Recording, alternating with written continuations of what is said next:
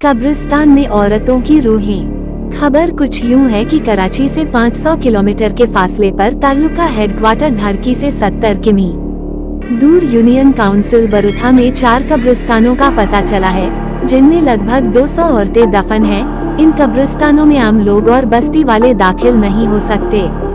यहाँ सिर्फ वही लोग आते हैं जो यहाँ किसी औरत को लाकर कत्ल करते हैं और फिर यहीं दफन कर देते हैं।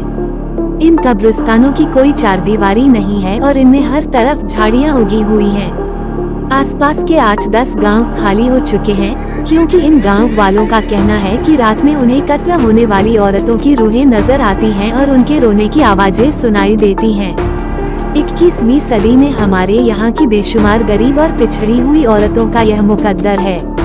उनके अंजाम पर उदास होते हुए मुझे भोपाल की रियासत याद आती है, जहाँ एक सदी से ज्यादा सिर्फ औरतों ने हुकूमत की।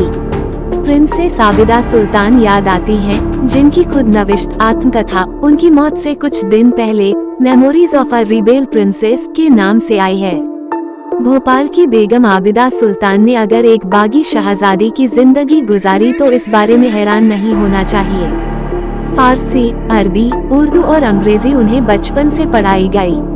लकड़ी का काम और जस्त के बर्तन बनाना सिखाया गया। वो कमाल की निशानेबाज और घुड़सवार थीं। घुड़सवारी उन्होंने उस उम्र में सीखी जब उन्होंने चलना भी नहीं शुरू किया था। वो हॉकी और क्रिकेट खेलती, मौसीकी की शौकीन थीं, हारमोनियम बजाती और हर एडवेंचर में आगे आगे रहती। कार चलाती तो उसकी रफ्तार से साथ बैठने वालों की चीखें निकल जाती। मुहिमजुई एडवेंचर उनके मिजाज का हिस्सा थी। ऐसे में साबिक पूर्व बेगम भोपाल सुल्तान जहां बेगम की निगरानी में कड़े पर्दे की पाबंदी करना उनके लिए एक सजा थी। 12 बरस की उम्र में जाकब वो वाली अहद उत्तराधिकारी नामजद की गयी, तो शाही जुलूस में वह इस हुलिये में शामिल थीं कि उनका पूरा वजूद एक काले बुरके में लिपटा हुआ था और स्याह बुरके की टोपी पर ताज जगमगा रहा था। ये सब कुछ आबिदा सुल्तान के लिए अजाब से कम न था। आखिरकार उन्होंने रस्सियां तुड़ाई, कमर से नीचे आने वाले बाल काटकर फेंके, पर्दा तर्क किया, छोड़ा और भोपाल की सड़कों पर मोटरसाइकिल दौड़ाने लगी। एक मर्तबा घर से फरार हुई और भेस बदलकर हवाई जहाज उड़ाना सीखती रहीं। उधर भोपाल के नवाब उनकी तलाश में हिंदुस्तान भर की खाक छानते रहे। शादी हुई, एक बेटा पैदा हुआ। शहजादी की शादी को नाकाम होना था, सो हो गई।